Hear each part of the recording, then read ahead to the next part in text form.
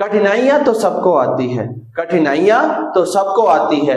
कोई डरकर बिखर जाता है, कोई डरकर बिखर जाता है, तो कोई उससे लड़कर निखर जाता है। इन्हीं शब्दों के साथ मैं संदीप स्वामी आप सभी का स्वागत करता हूं इस नए YouTube चैनल पर, जिसका नाम है सोशल स्टडीज मंत्रा। और आज से हम लोग न्यू चैप्टर की शुरुआत करते हैं और आज पढ़ेंगे हम लोग इकोनॉमिक्स का चैप्टर 1 डेवलपमेंट। डेवलपमेंट का मतलब क्या होता है? विकास। और आज इसकी डेफिनेशन देखते हैं। The betterment of anything is called development, यानी कि किसी भी चीज में सुधार होना, उसमें कुछ बेटर होना ही क्या होता है? डेवलपमेंट होता है। It is defined as growth और प्रोग्रेस, यानी कि किसी भी चीज में ग्रोथ करना या फिर प्रोग्रेस करना क्या हो सकता है? डेवलपमेंट। और इसमें क्या क्या इंक्लूड होता है? It includes increase in per capita income. इसका मतलब क्या हुआ कि जब पर कैपिटा इनकम इंक्रीज हो जाए या फिर स्टैंडर्ड ऑफ लिविंग इंप्रूव हो जाए तो क्या होता है? डेवलपमेंट। और साथ ही साथ जब रिडक्शन हो पॉवर्टी में और इलिटरेसी में तो उसे भी हम लोग क्या बोलेंगे? डेवलपमेंट। अब हम लोग देखते हैं कि इसके क्या फीचर्स है। तो first feature is different person have different development goals. इसका मतलब ये है अलग अलग लोगों के अलग अलग गोल हो सकते हैं। जैसे एक बॉयज का गोल अलग होता है, एक गर्ल्स के लिए अलग गोल हो सकता है, एक फार्मर्स के लिए अलग अलग गोल्स हो सकता है। इसको आगे हम लोग डिटेल से देखेंगे। सेकंड फीचर्स क्या है? What may be development for one. इसका मतलब क्या है? जो एक के लिए डेवलपमेंट है may not be development for the other. वो जरूरी नहीं कि वो दूसरे के लिए भी डेवलपमेंट हो। और it may be destructive for others, और वो दूसरे के लिए डिस्ट्रक्टिव भी यानी कि नुकसानदायक भी हो सकता है। जैसे शॉर्ट में हम लोग एग्जांपल लेंगे डैम का। जब भी डैम बनाया जाता है तो इससे काफी लोगों को बेनिफिट्स होता है, लेकिन कुछ लोग जो लोकल लोग है वहां पर डैम के आसपास जो लोग रहते हैं तो उनके लिए ये नुकसानदायक होता है। तो इसमें हमने क्या जाना कि एक का फायदा कई बार दूसरे के लिए नुकसान हो सकता है। What may be development for one may not be development for the others. Third features क्या है? For development people look at A mix of goals, यानी कि लोग कई बार एक गोल के साथ साथ और गोल भी अचीव करना चाहते हैं। Fourth point is income is most important component of development, यानी डेवलपमेंट के लिए सबसे इंपॉर्टेंट कंपोनेंट क्या होता है? Income. But people also seek equal treatment, good health, peace, liberty and literacy. लेकिन लोग क्या चाहते हैं कि इनकम के साथ साथ उनको इक्वल ट्रीटमेंट भी मिले, अच्छी हेल्थ भी मिले और लिबर्टी भी हो। और लिबर्टी का मतलब आजादी, साथ के साथ अच्छी एजुकेशन भी हो। अभी हमने क्या पढ़ा? What are the features of development. Development के बेसिकली 4 फीचर्स होते हैं। पहला फीचर्स क्या होता है? Different person have different development goal, यानी कि अलग अलग लोगों के अलग अलग डेवलपमेंट गोल होते हैं। सेकंड क्या है? What may be development for one may not be development for other, यानी कि जो एक के लिए डेवलपमेंट है वो जरूरी नहीं कि दूसरे के लिए भी डेवलपमेंट हो। थर्ड पॉइंट क्या है? For development people look at A mix of goal. Fourth क्या है? Income is most important component of development, यानी डेवलपमेंट के लिए इनकम सबसे इंपॉर्टेंट कंपोनेंट माना गया है। बट लोग अदर कंपोनेंट को भी देखते हैं, जैसे equal treatment, health, liberty and literacy. अब अगला टॉपिक देखते हैं। अब हम लोग जो फीचर्स ऑफ डेवलपमेंट है उसको डिटेल से पढ़ते हैं। पहला फीचर्स क्या था? डिफरेंट पीपल हैव डिफरेंट गोल, यानी कि अलग अलग लोगों के अलग अलग गोल होते हैं। तो यहाँ पर अलग अलग कैटेगरी दी गई है और उनके क्या क्या गोल है वो बताया गया है। तो पहला जो कैटेगरी है वो है फार्मर की। तो फार्मर का क्या गोल होता है? They want higher support price for their crops, यानी कि वो अपनी फसल के लिए अच्छी प्राइस चाहते हैं। और अगर कोई बड़ा किसान है तो वो क्या चाहेगा? चीप लेबर, यानी कि उसे सस्ते मजदूर मिल जाए। सेकंड कैटेगरी क्या है? लैंडलेस लेबर, यानी कि ऐसे मजदूर जिनके पास में जमीन नहीं है तो वो क्या चाहेंगे? More days of work. इसका मतलब उनको ज्यादा से ज्यादा दिनों तक काम मिले या फिर बेटर वेजेस, उनको मजदूरी ज्यादा मिले। थर्ड कैटेगरी क्या है? अनएम्प्लॉयड यूथ, यानी कि बेरोजगार युवा, वो क्या चाहेगा, रेगुलर जॉब्स, उसको रेगुलर जॉब्स मिले या फिर गवर्नमेंट जॉब्स मिले। फोर्थ कैटेगरी गर्ल्स की, गर्ल्स के लिए क्या डेवलपमेंट गोल हो सकता है, फ्रीडम, वो क्या चाहेगी, फ्रीडम एज पर हर ब्रदर्स, यानी कि जितनी आजादी उसके भाई को मिली हुई है उतनी फ्रीडम गर्ल्स को भी मिले। नेक्स्ट कैटेगरी इज आदिवासी, आदिवासी क्या चाहेंगे, नो डिस्क्रिमिनेशन, इसका मतलब उनके साथ में किसी भी तरीके का कोई भेदभाव ना हो, उनको भी इक्वलिटी मिले।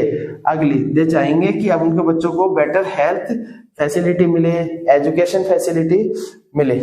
लास्ट इज ट्रेडर्स, ट्रेडर्स का मतलब व्यापारी, व्यापारी क्या चाहेंगे कि उनको कम से कम टैक्स पे करना पड़े और जो उनका प्रोडक्ट है उसके लिए क्या मिले, उनको ज्यादा से ज्यादा प्राइस मिले, ज्यादा से ज्यादा प्रॉफिट मिले। अभी हमने क्या देखा कि अलग अलग कैटेगरी के लोगों की अलग अलग डेवलपमेंट गोल को देखा। अब हम लोग देखते हैं इनकम एंड अदर गोल्स।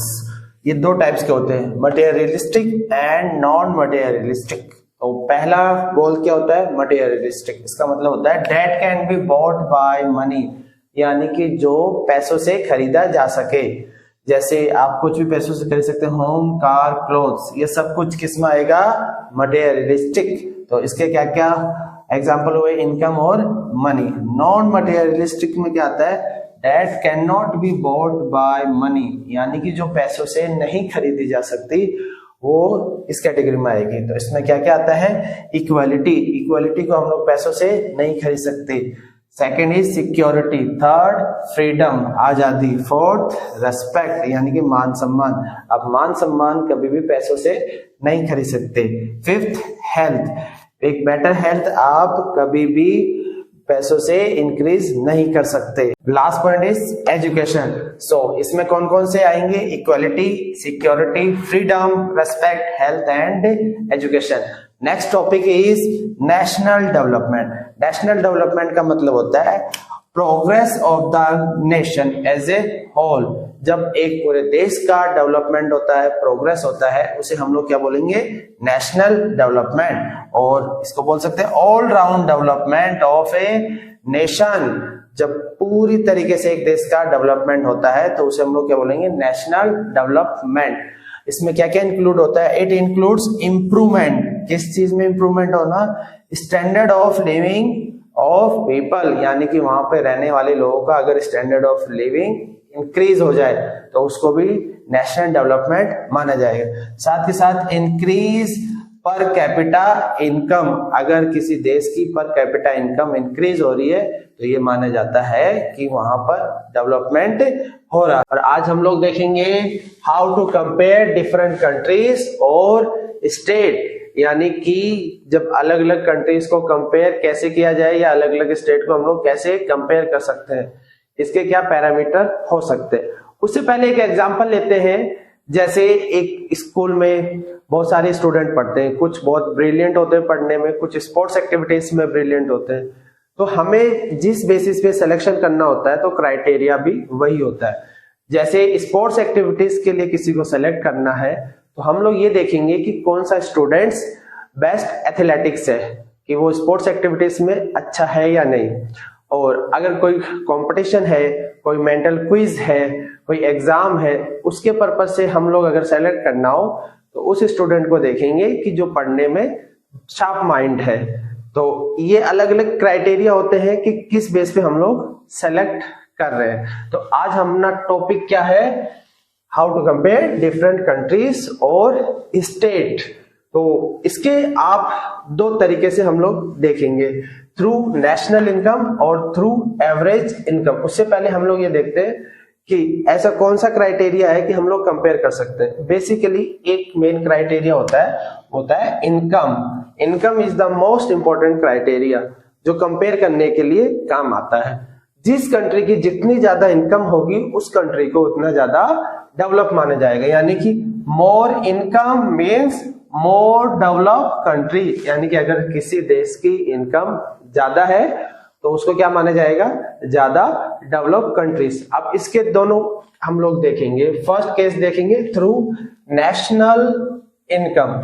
और नेशनल इनकम को हम लोग टोटल इनकम भी बोल सकते हैं, या फिर इनकम ऑफ द कंट्री को हम लोग क्या कहते हैं, नेशनल इनकम या टोटल इनकम। ये क्या होता है, it is the income of all the residents of a country, यानी कि एक देश में रहने वाले सभी रेजिडेंट यानी नागरिक, उनके अगर इनकम को जोड़ दिया जाए तो क्या निकल कर आता है, टोटल इनकम। लेकिन क्या ये यूजफुल मेजर है किसी कंट्री को कंपेयर करने के लिए? नहीं, ये यूजफुल मेजर नहीं है। It is not a useful measure. Why? क्यों नहीं है? इसके दो reason. First reason, as different countries have different population, क्योंकि क्या होता है कि अलग अलग कंट्री की पॉपुलेशन अलग अलग हो सकती है। अब इसको एग्जांपल से समझते हैं। जैसे कंट्री ए है, उसकी टोटल इनकम है 20,000 और कंट्री बी है, उसकी टोटल इनकम कितनी है 10,000, और कंट्री ए की पॉपुलेशन है 50 और कंट्री बी की 10।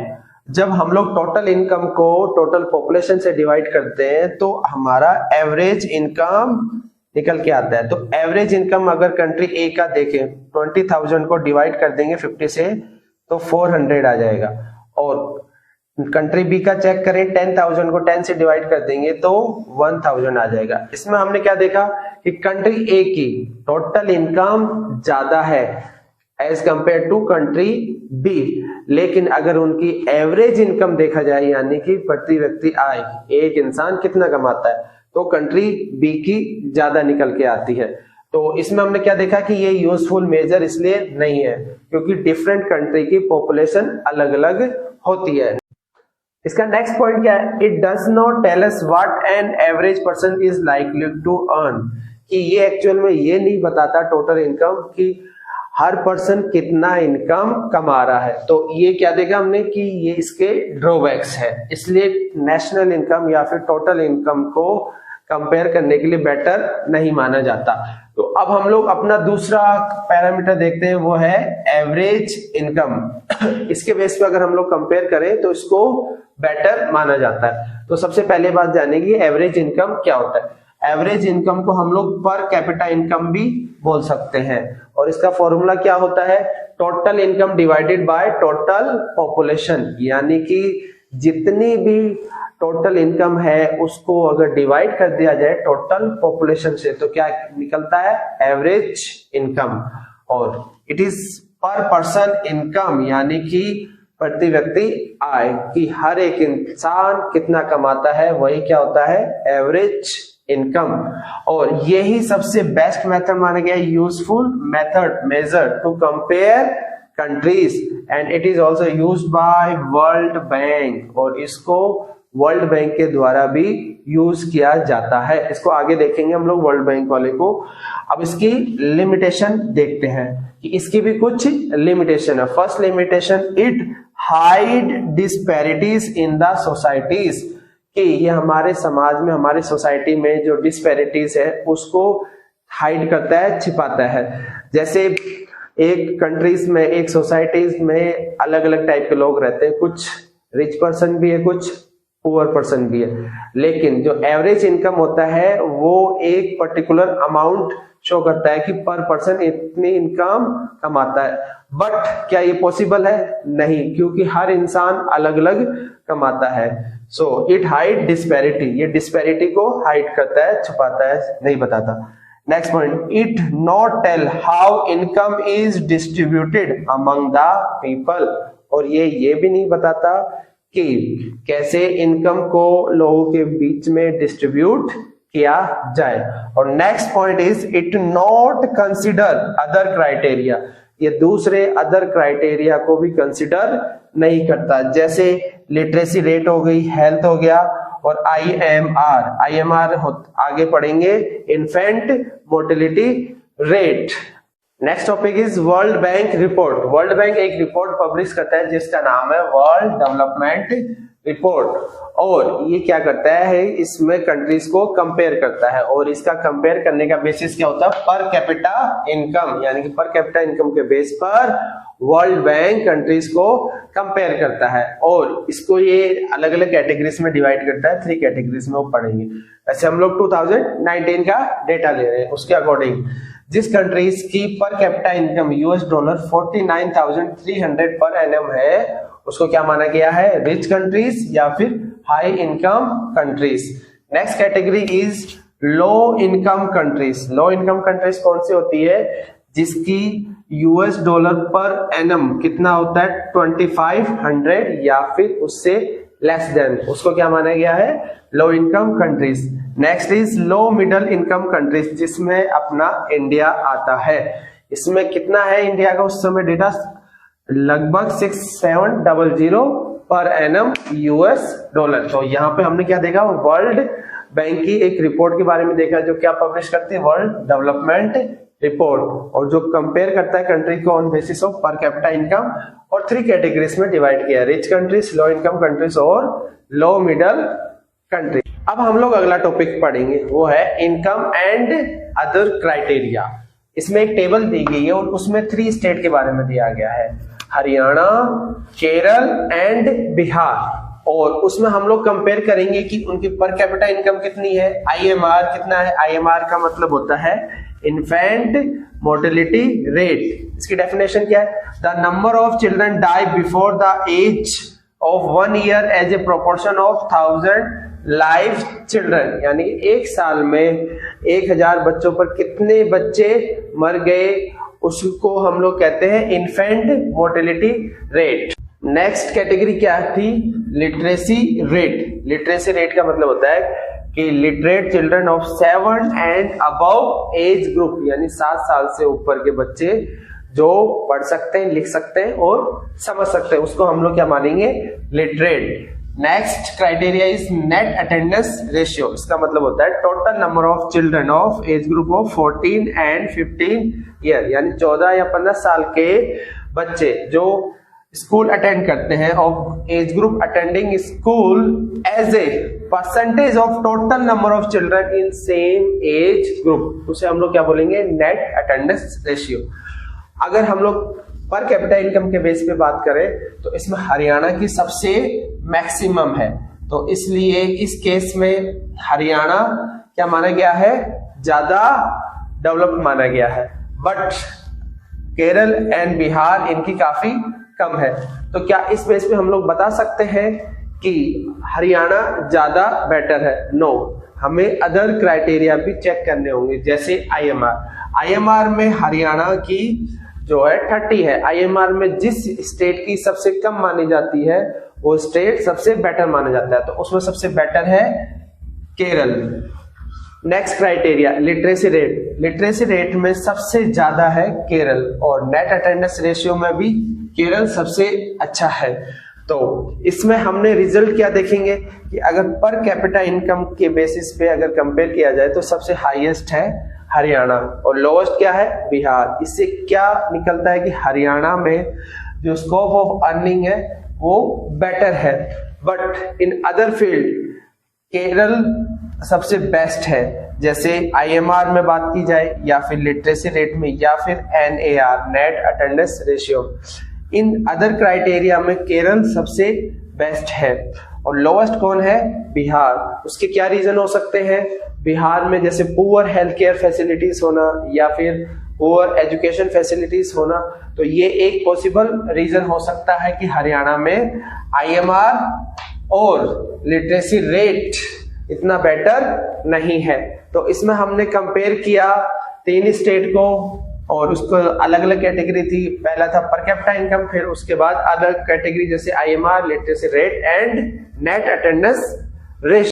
और आज हम लोग पढ़ेंगे न्यू टॉपिक पब्लिक फैसिलिटीज। तो पब्लिक फैसिलिटीज क्या होती है, यानी कि वो फैसिलिटीज जो गवर्नमेंट प्रोवाइड करती है, the services provided by the government, किसको, टू इट्स सिटीजन, जो अपने सिटीजन को प्रोवाइड करती है, किसके लिए, फॉर देयर वेलबींग, यानी कि उनके भले के लिए, और साथ के साथ ओवरऑल डेवलपमेंट, यानी कि पूरे देश का डेवलपमेंट हो सके और सब चीजों का डेवलपमेंट हो सके।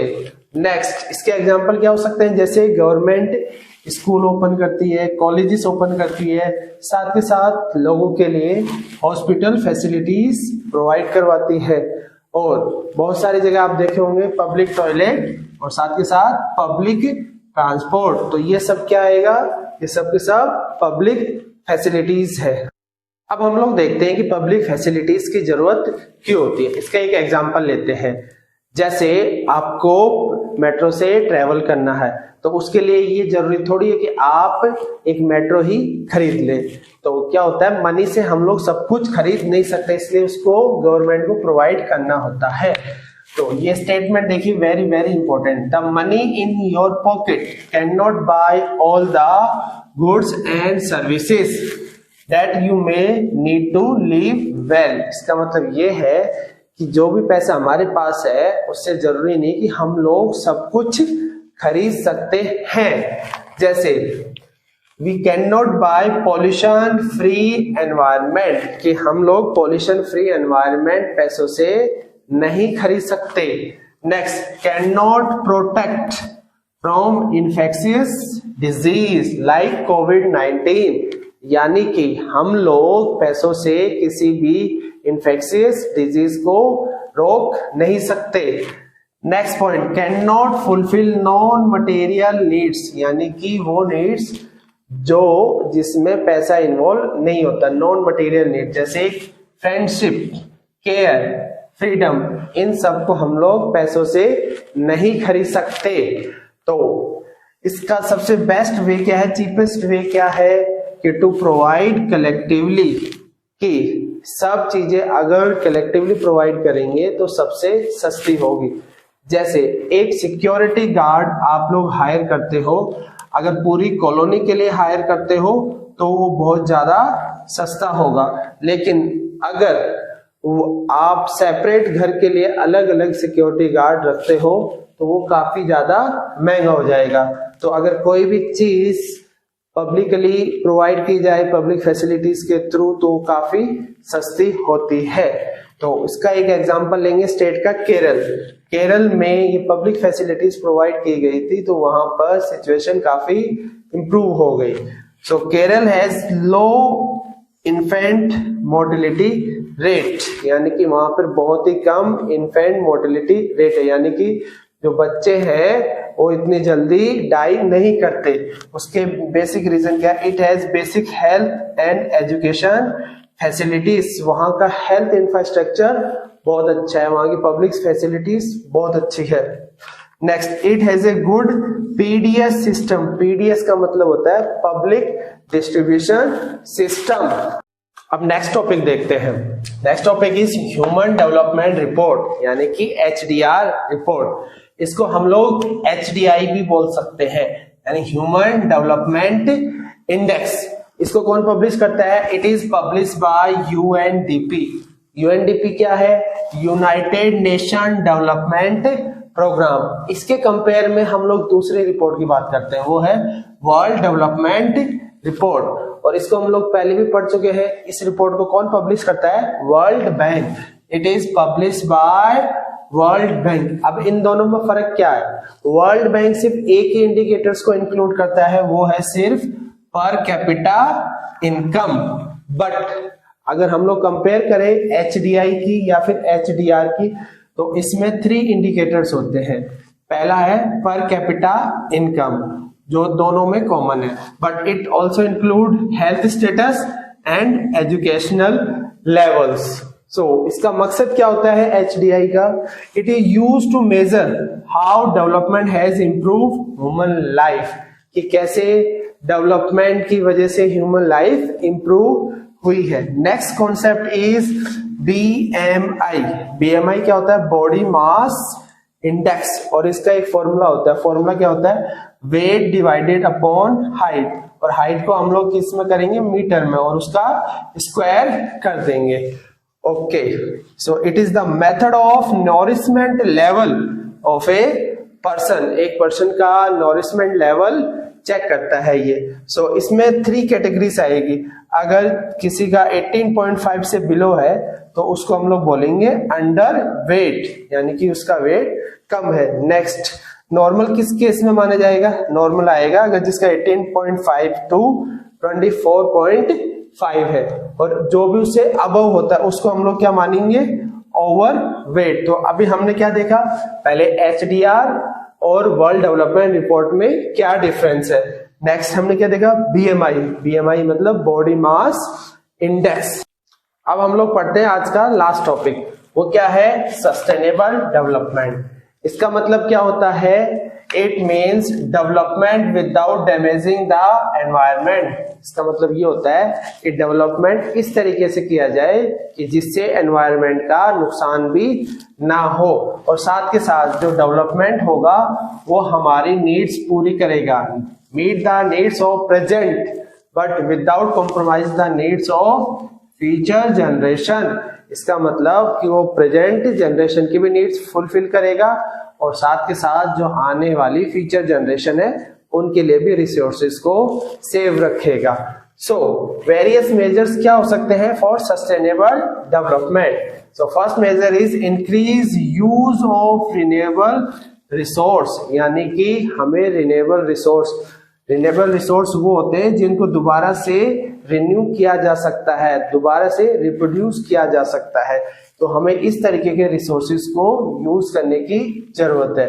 Next, control over exploitation of resources, यानी कि जो रिसोर्सेज का जरूरत से ज्यादा यूज होता है उसको हमें कंट्रोल करना होगा, कम करना होगा। Next, scientific and proper use of natural resources, कि हमें जितना जरूरत हो, जिस हिसाब से जरूरत हो नेचुरल रिसोर्सेज को उसके अकॉर्डिंग यूज करना होगा। Next point is reduce pollution, कि हमें अपने एनवायरनमेंट को अगर सेव करना है तो पोल्यूशन को भी कम करना होगा। Last point is protection of flora and fauna. फोना में क्या आएंगे आपके सारे एनिमल्स कैटेगरीज, एंड फ्लोरा में क्या आएगा, सारे प्लांट्स एंड फ्लावर्स। सो हम ये 5 मेजर से सस्टेनेबल डेवलपमेंट को अचीव कर सकते हैं। तो इस तरीके से हमने देखा कि जो डेवलपमेंट चैप्टर है वो आज फिनिश हुआ, और अब हम कल से नेक्स्ट चैप्टर पढ़ेंगे। तब तक अगर आपको ये वीडियो पसंद आता है तो आगे शेयर करें, लाइक करें एंड सब्सक्राइब करें। तब तक देखते रहिए सोशल स्टडीज मंत्रा।